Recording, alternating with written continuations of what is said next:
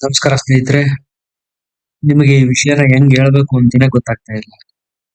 ಕೋಪದ ಕೈಲಿಗೆ ಬುದ್ಧಿ ಕೊಟ್ರೆ ಏನಾಗ್ಬೋದು ಅನ್ನೋದಕ್ಕೆ ಇದೊಂದು ಜ್ವಲಂತ ಉದಾಹರಣೆ. ತಂದೆ ತಾಯಿಯ ಕಷ್ಟವನ್ನು ಮಕ್ಕಳಾದವರು ಅರ್ಥ ಮಾಡ್ಕೋಬೇಕು.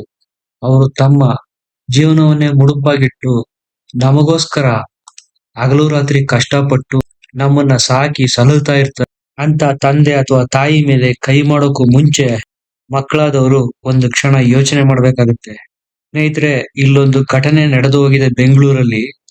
ಕ್ಷುಲ್ಲಕ ಕಾರಣಕ್ಕಾಗಿ ಮಗ ತನ್ನ ತಾಯಿಯನ್ನ ರಾಡಿನಿಂದ ತಲೆಗೆ ಹೊಡೆದು ಸಾಯಿಸಿದ್ದಾನೆ.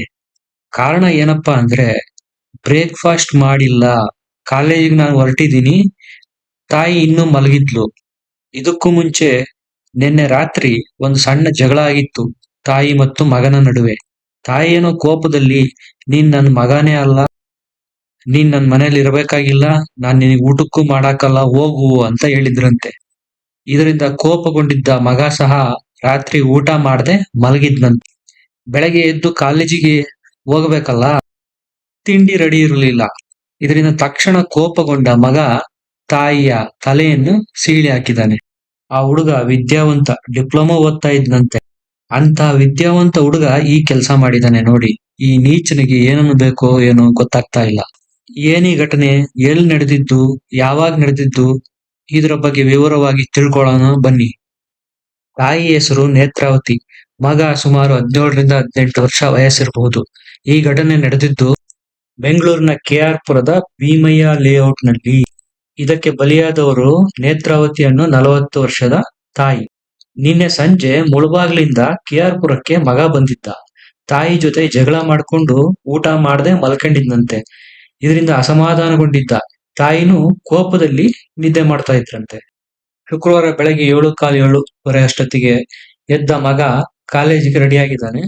ನಾನು ಕಾಲೇಜಿಗೆ ಹೋಗ್ಬೇಕು, ಊಟ ಹಾಕು ಅಂತ ತಾಯಿ ಕೇಳಿದ್ದಾನೆ. ತಾಯಿ ಬೈದಿದ್ದಾರೆ. ಇದರಿಂದ ಕೋಪಗೊಂಡಂತ ಮಗ ಮನೆಯಲ್ಲೇ ಇದ್ದ ರಾಡ್‌ನ ತಗೊಂಡು ತಾಯಿ ತಲೆಗೆ ಹೊಡೆದು ಬಿಟ್ಟಿದ್ದಾನೆ. ತಲೆ ಛಿದ್ರವಾಗಿದೆ. ಅಲ್ಲೇ ಸ್ಥಳದಲ್ಲಿ ತಾಯಿ ಮೃತಪಟ್ಟಿದ್ದಾರೆ. ಬಾಲಕನ ತಂದೆ ಮುಳುಬಾಗ್ಲಲ್ಲಿದ್ರು. ಅಲ್ಲಿ ಅವ್ರ ತೋಟ ಇದೆ, ತೋಟ ಮಾಡ್ತಾ ಇದ್ರು. ಇವರು ಕೋಲಾರದ ಮುಳುಬಾಗಿಲು ಮೂಲದವರಾದ್ರೂ ಇದೇ ಮನೆಯಲ್ಲಿ ನೇತ್ರಾವತಿ ತನ್ನ ಕುಟುಂಬದ ಜೊತೆ ಕಳೆದ 30 ವರ್ಷಗಳಿಂದ ಜೀವನ ಮಾಡ್ತಿದ್ರು. ತಮ್ಮ ಊರಿನಲ್ಲಿ ಮನೆ ಕಟ್ಟಿಸ್ತಿರೋದ್ರಿಂದ ಎಲ್ಲರೂ ಅಲ್ಲಿಗೆ ಹೋಗಿ ಬರ್ತಾ ಇದ್ರು. ಇಲ್ಲಿ ಮನೆ ಇರೋದ್ರಿಂದ ನೇತ್ರಾವತಿ ಇಲ್ಲೇ ಇದ್ರು. ನಿನ್ನೆ ರಾತ್ರಿ ಮುಳುಬಾಗಿಲಿನಿಂದ ಬೆಂಗಳೂರಿಗೆ ಬಂದ ಮಗ ಇಂಥ ಕೆಲಸ ಮಾಡಿದಾನೆ ನೋಡಿ. ಈ ಕೆಲಸ ಮಾಡಿರೋ ಅಪ್ರಾಪ್ತ ಬಾಲಕ, ಅವನ ಹೆಸರು ಪವನ್ ಅಂತ. ತಾಯಿನ ಸಾಯಿಸಿದ ತಕ್ಷಣ ತಾನು ಮಾಡಿದ ತಪ್ಪಿನ ಅರಿವಾಗಿದೆ. ಕೂಡಲೇ ಪೊಲೀಸರಿಗೆ ಕಾಲ್ ಮಾಡಿ ನಾನಿಂಥ ಕೆಲಸ ಮಾಡ್ಬಿಟ್ಟಿದೀನಿ ಅಂತೇಳಿ ಶರಣಾಗಿದೆ. ಈಗ ಪೊಲೀಸರು ತಾಯಿನ ಕೊಲೆ ಮಾಡಿರೋ ಈ ಅಪ್ರಾಪ್ತ ಪವನ್ ಅನ್ನೋ ಬಾಲಕನನ್ನ ವಶಕ್ಕೆ ತಗೊಂಡಿದ್ದಾರೆ. ಪ್ರಕರಣವನ್ನು ದಾಖಲಿಸಿಕೊಂಡಿದ್ದಾರೆ. ತನಿಖೆನ ನಡೆಸ್ತಾ ಇದ್ದಾರೆ. ಮನೆ ಅಂದ ಮೇಲೆ ಇಂಥ ಸಣ್ಣ ಪುಟ್ಟ ಜಗಳಗಳು ಕಾಮನ್ ಆಗಿರ್ತವೆ. ಆದರೆ ಕೋಪದ ಕೈಲಿ ನಮ್ಮ ಬುದ್ಧಿ ಕೊಟ್ರೆ ಒಂದು ಕ್ಷಣದ ಕೋಪ ಇಂಥ ಅನಾಹುತಕ್ಕೆ ಕಾರಣವಾಗ್ತವೆ. ಆದ್ರಿಂದ ಕೋಪದ ಕೈಗೆ ನಿಮ್ಮ ಬುದ್ಧಿನ ಕೊಡೋಕು ಮುಂಚೆ 1000 ಸರಿ ಯೋಚನೆ ಮಾಡಬೇಕು.